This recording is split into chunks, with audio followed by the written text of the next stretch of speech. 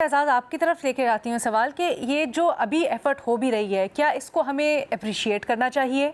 क्या ये एक लेजिट एफ़र्ट है जो पार्टी ने अब अपने अंदर ऑपरेशन क्लीन अप शुरू कर दिया है करप्शन के ख़िलाफ़, या फिर ये सिर्फ एक या तो दिखावा या फिर जो सॉफ्ट टारगेट्स हैं उनको टारगेट करें, या कोई सियासी वेंडेटा है उसको सेटल करें? कैसे देखें इसको? अलीना, बहुत अच्छा सवाल आपने उठाया। मैं इससे पहले हमारे भाई हैं फ़खर और मैं इनके जर्नलिज्म पे बड़ा पसंद करता हूँ इनको, और मैमुल हमारी बहन है।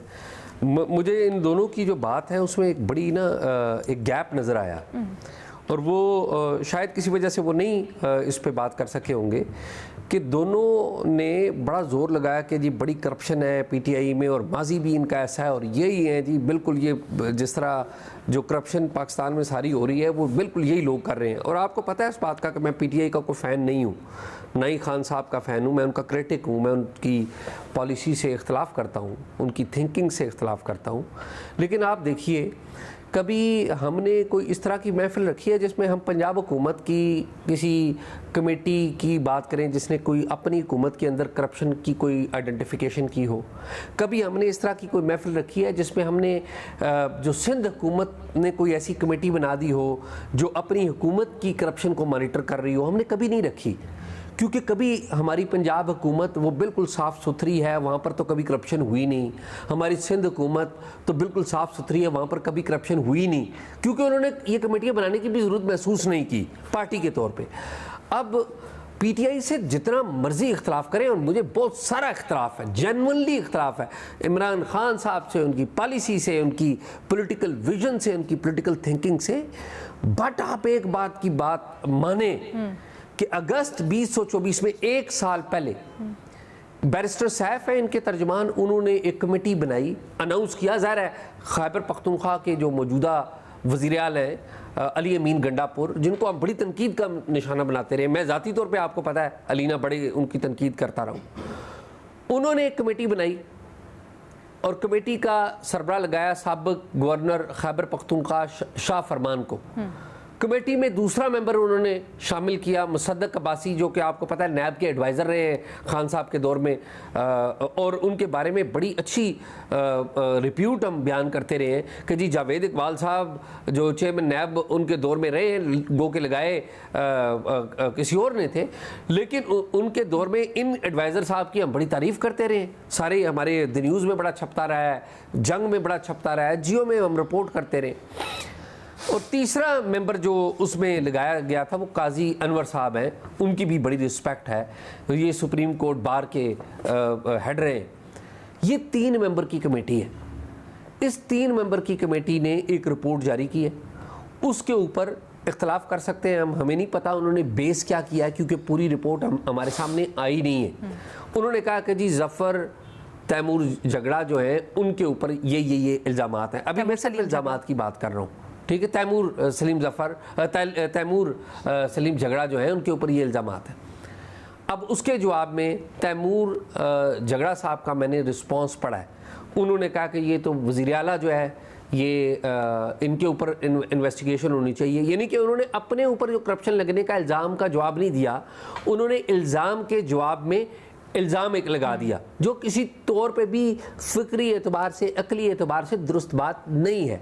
मैं एक्सपेक्ट करता हूँ कि तैमूर झगड़ा साहब इसका कोई सॉलिड जवाब देंगे और जो इल्ज़ाम उनके ऊपर लगे हुए उनको करेंगे। तो मेरे ख्याल में पहली बात तो ये है। अच्छा, और फिर तैमूर झगड़ा साहब ने एक और बात भी की, उन्होंने कहा जी बानी पीटीआई ने कहा था कि मुझे कैबिनेट में शामिल कर दो, तो मुझे कैबिनेट में चूंकि शामिल नहीं करना था, इसलिए इन्होंने ये कर दिया। अच्छा, इस बात ये लगा, इस बात पे भी मैं जो खैबर पख्तूनख्वा के जो chief minister, I really appreciate him. अगर खैबर पख्तूनख्वा के चीफ मिनिस्टर रिमोट कंट्रोल से अपनी वजारत नहीं चलवाना चाहते और वो चाहते हैं कि वो उनकी कैबिनेट वो खुद चलाएं और वो किसी को नहीं मान रहे, तो ही शुड बी अप्रिशिएटेड। हाँ, जो इल्ज़ामात लगे उसके ऊपर होना चाहिए, और वी शुड अप्रिशिएट पीटीआई कि उन्होंने अपनी एक कमेटी बनाई है और उसको उन्होंने एम्पावर किया है कि वो करप्शन करें। और अपेरेंटली आपको उस कमेटी के अंदर कोई इफ्स एंड बट्स नजर, हाँ रिपोर्ट हमने नहीं देखी, उसके ऊपर हम सवालात बहुत से हमारे जहनों में, बट कमेटी के ऊपर आपको ऐसा कोई ऑब्जेक्शन नहीं है? कमेटी आपको एक लाइन, हमें मुझे कोई ऑब्जेक्शन नहीं, एक लाइन ये कि हमें बाकी पॉलिटिकल पार्टीज को भी इनकरेज करना चाहिए कि वो भी अपनी पार्टी के अंदर ऐसे साफ सुथरे लोगों पर कमेटियां बनाएं। It should be appreciated. बिल्कुल सही है। मजहर अब्बास साहब आपकी, ठीक है मजहर अब्बास साहब आपकी क्या राय है?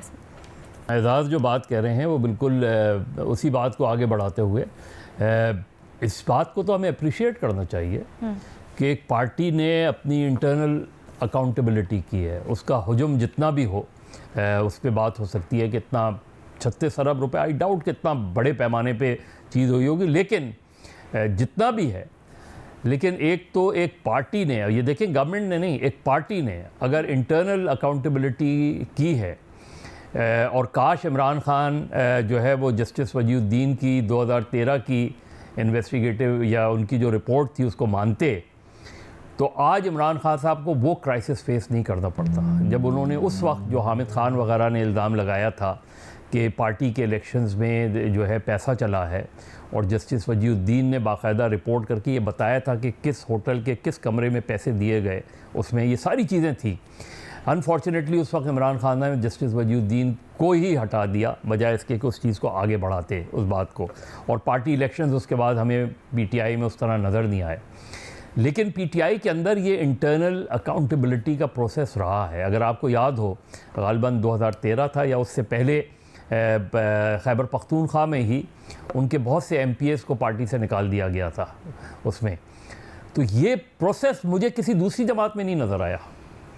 क्या मुस्लिम लीग नून की कोई इंटरनल अकाउंटेबिलिटी कमेटी है, कमीशन है? कभी किसी लोगों के ख़िलाफ़ इस तरह की चीज़ें सामने आई हैं? क्या पीपल्स पार्टी के अंदर कोई इंटरनल अकाउंटेबिलिटी? और होना ऐसा चाहिए कि वो जो अकाउंटेबिलिटी, इंटरनल अकाउंटेबिलिटी कमीशन या कमेटी हो, वो ऐसे लोगों पर मुश्तमिल हो जो पार्टी इलेक्शंस ना लड़ें, जो कौमी या सूबाई असम्बली के इलेक्शन ना लड़ें, वो प्योरली पार्टी की इंटरनल अकाउंटेबिलिटी के चीज़ों को देखें। उससे ज़ाहिर है ज़्यादा ट्रांसपेरेंसी। इसमें अब आगे क्या होगा ये इम्पॉर्टेंट है। देखिए जो पीटीआई में उस वक्त पीरियड में हुआ, और जिसको इमरान खान की बहुत बड़ी गलतियों में से मैं समझता हूँ कि वो जब उन्होंने नहीं किया, पीटीआई के अंदर एक और था कि पीटीआई के अंदर कोई दूसरी पार्टी से कोई आदमी आना चाहता था तो उसके लिए पूरी एक कमेटी थी, और वो ये देखती थी कि ये पार्टी में जो छोड़कर आ रहा है क्या उस वक्त किसी गवर्नमेंट पोजीशन पर ये रहा है, क्या इस पर कोई एलिगेशंस हैं इस तरह की, और ऐसे लोगों को हमें पार्टी में लेना चाहिए नहीं लेना चाहिए।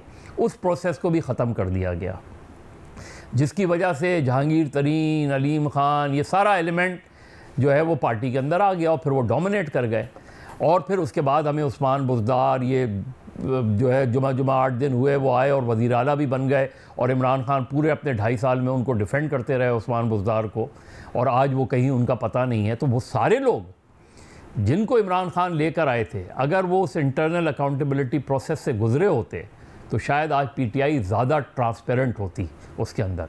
लेकिन मैं पीटीआई की इस पूरे प्रोसेस को एक पॉजिटिव साइड के तौर पे देखता हूँ कि मेरा ख्याल है ये तो दूसरी जमातों को भी अपनाना चाहिए इस तरह की चीज़ें, और इसको आगे बढ़ाना चाहिए।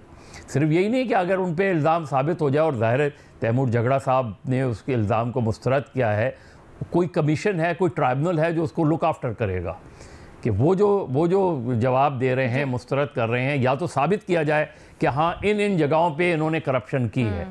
तो मेरा ख्याल है ये पार्टीज के अंदर इस तरह का प्रोसेस होना भी चाहिए, पार्टीज को भी फॉलो करना चाहिए और आगे बढ़ाना चाहिए। पर एजाज ये जो नुक्ता उठा रहे हैं, जहाँ उसूली तौर पर बात बिल्कुल सही है, लेकिन मेरा सवाल ये कि कहीं ये तो नहीं होगा कि ये जो अकाउंटेबिलिटी है ये भी सिलेक्टिव हो, जैसे हमने माजी में देखा, ये भी किसी पर्सनल गेन के लिए हो रही हो। बेशक हमें सराहना चाहिए, लेकिन सिर्फ उस बंदे की हो रही हो जिसके ऊपर कोई बिल्कुल ठीक है, जिसको शामिल नहीं करना अपने साथ, अलीना बिल्कुल ठीक कह रही है, आप बिल्कुल ठीक कह रही हैं। इसीलिए मैं कह रहा हूँ कि तो जो लोग, तो सही नहीं है ना सर, जो लोग को तो अप्रिशिएट नहीं करना चाहिए। नहीं, देखिए इस चीज़ को, इस बेसिक प्रिंसिपल को तो अप्रिशिएट करना चाहिए ना कि एक हुई है। अब इसका नेट रिजल्ट क्या होता है? नेट रिजल्ट क्या सिर्फ एक शख्स को निकाल के आप बाहर कर देंगे, या उन 36 अरब का पता करना चाहिए? उसके लिए आपको रेफर करना चाहिए टू अदर फोरम। तो इस चीज़ को किसी मंतकी अंजाम तक पहुंचना चाहिए, और person should be given a fair trial. आप भी कुछ कहना चाह रहे हैं?